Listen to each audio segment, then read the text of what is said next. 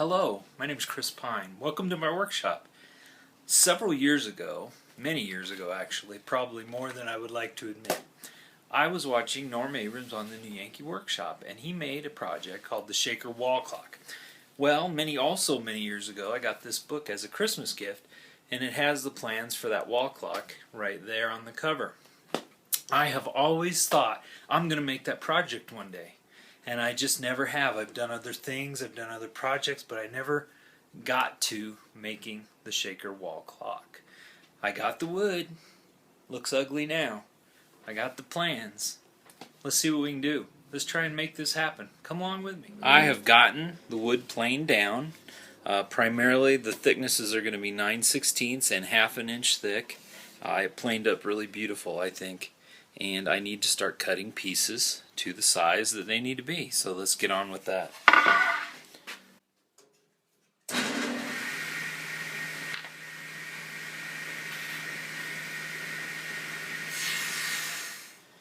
Okay, we've gotten some of the cutting done, so it's time for some assembly. I've just dry fit this together. This is going to be the back panel. I had to glue up two different pieces.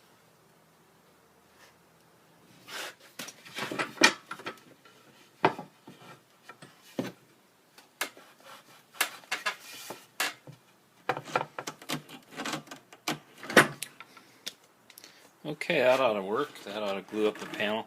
We'll let that dry and get back to it. I've got my stacked dado head cutter set up in my table saw, and I've got it all rigged up here on the fence so that I can put through the side panels to make these dados, and it'll go through like this, and when it's all said and done, it comes out looking like this. And I'll need to do this on both of the side pieces, and then I'll need to do it on the ends of the side pieces as well.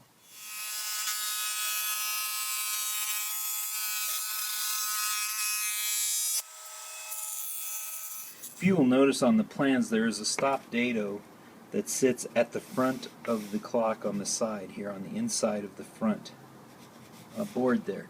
And when he did, Norm did it on the show years ago, he used a router and a straight clamp, and I have one of those clamps and I have a router. But I'm trying to get this rigged up to work, so I've got clamps on it, I've got a board here screwing it down in the back, so my plan is this. I'm going to run the drill up against the fence, make the stop dado here, then come back to this back side and make the stop dado there. Everything is lined up, it should work well, so let's see how it goes.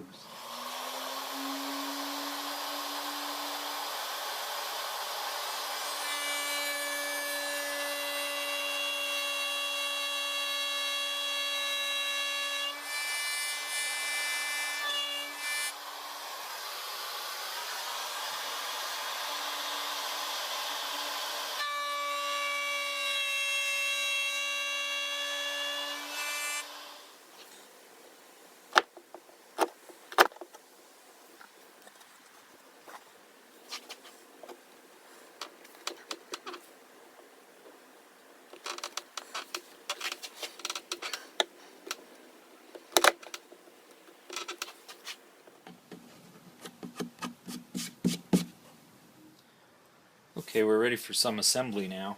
I'm just going to glue the bottom and the top in, and then I'm going to tack some brads into the sides to hold it, and then I'll glue this front piece into the front.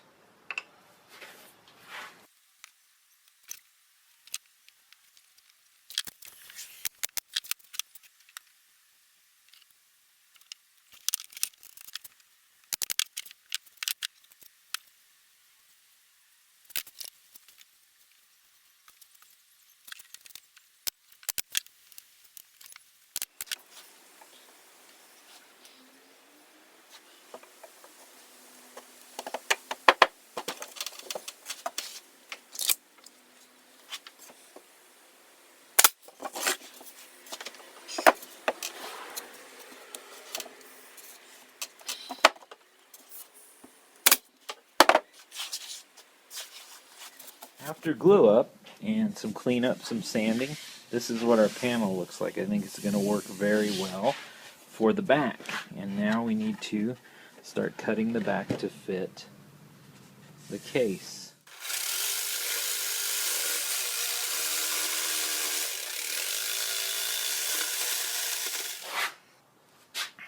I have the rails and stiles for the doors cut to width and to length.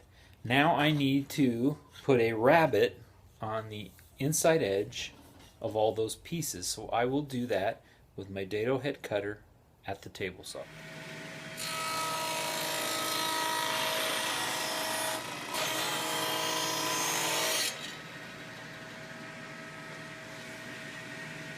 Very much like Norm used to use the stacked dado head cutter, I have really come to love using it.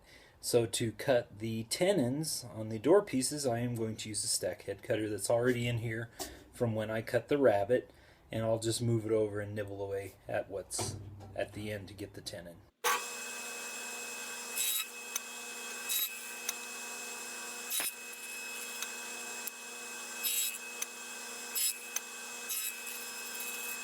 The way that I set up to do my mortises is just to lay this, as I have the haunched tenon already cut, I lay this out like this so that I can tell where it's going to go.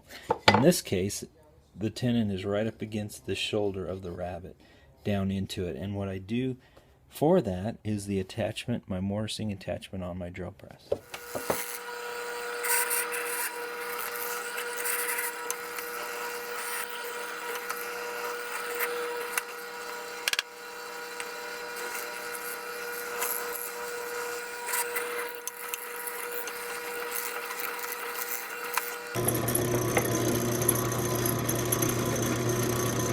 Not the most beautiful tenon, but very workable.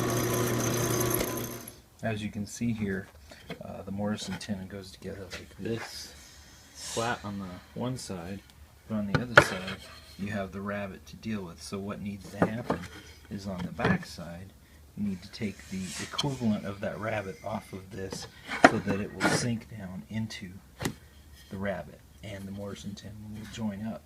To do that, we'll do that on the table saw with the dado head cutter. Okay, so I still have my dado head cutter that I used to cut the mortise, or the tenon rather, on this piece, and the block here is still there with my miter gauge, so it's still set to this depth on the wood. Well, in order to cut the back side another 3/16 of an inch, all we need to do is move the fence over that way 3/16 of an inch and then make the cut on the back side. The depth is still the same, so it'll simply remove off of that one side 3/16 of material. So what we have here is the tenon with the back side cut like this to accept that portion of the rabbet on the mortise. So now this will fit in like this. If you can see that. Works good. I have made a quick jig for my table saw to cut the bevels on the panel for the bottom door. And what it amounts to is just some wood around the fence of the table saw. The blade is tilted to 15 degrees this way, and then you put the blank in to the jig like that, and then you will push it through as the blade cuts at an angle. I will clamp this tier and always start with end grain first because there might be some breakout, and then I'll take it off when you go the other direction. After beveling the panel, it looks something like this. Not something like this, it looks like this. So I'll show you how it goes into the door. Here's the door. It is sitting there as it will be installed eventually. Here's our panel, and it goes in. Contrary to the look, it goes in flat side down. So that's how it will look. We'll have some trim pieces here. This is what the inside of the door looks like. Actually looks nicer on the inside than on the outside, but that's how the plan goes in order to sink this in and get some strength with a thicker panel.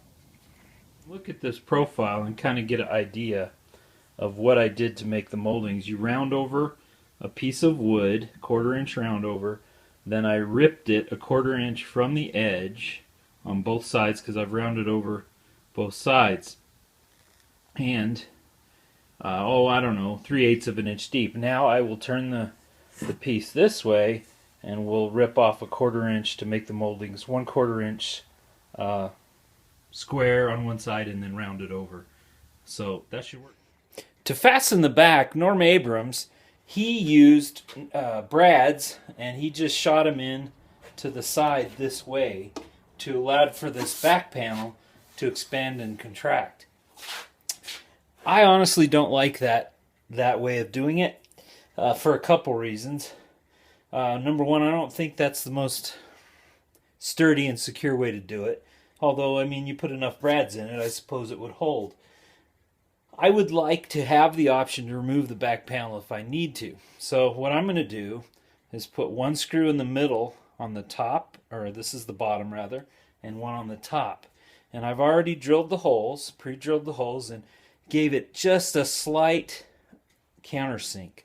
I have these type of screws, I don't know if you can see those, but they're a very low profile head, and they're very small. I'm guessing that's about 1/8 of an inch head right there, if that. And they're a special screw, takes a small square drive to drive these. So that's what I'm going to use. 1 5/8 long. I'm going to put one in the top and one in the bottom. That ought to hold it nicely. And it will facilitate if I ever need to remove the back to do things to the clock. This stem of the works barely reaches through the thickness of this panel, which is what I wanted. But what I want to do is use some double-faced carpet tape to help hold this in place. And I'll do that. I've already placed it on the movement, and we'll do that on the back side here, like so.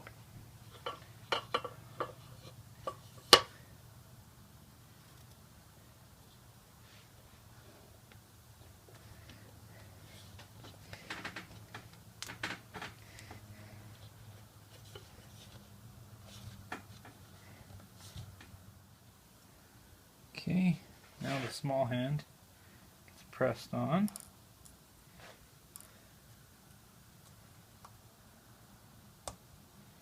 Just because a press to fit, and this actually has a kind of a shape with flats on the side that goes on the upper portion of the movement. And then this little nut goes on top. I'm just going to use the hot glue gun to put a little bit of glue at each corner to hold this in place. Just a little dab.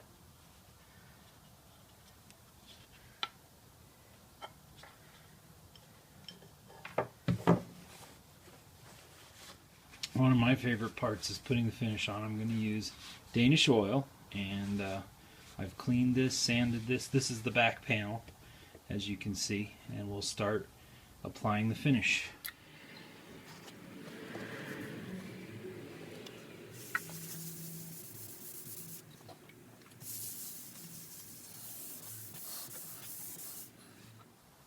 Okay, I got a little glue on the tenon of the knob, and I've got the knob hole drilled appropriately, so I'm just going to stick this in here.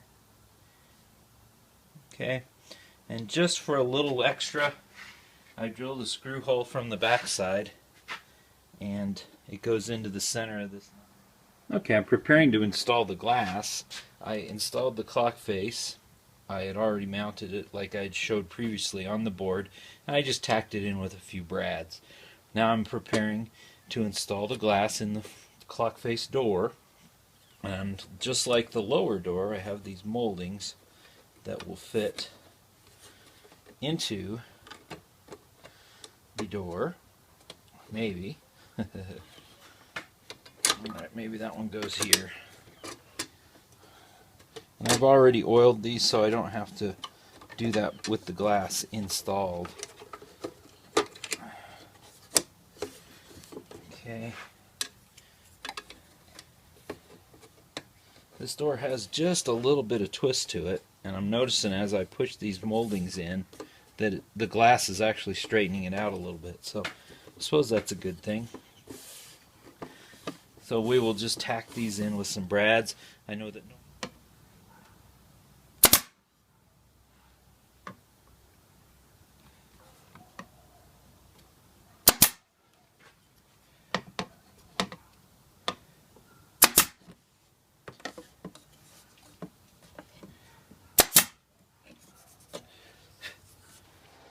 The shaker clock is finished. I am so glad that I did this project.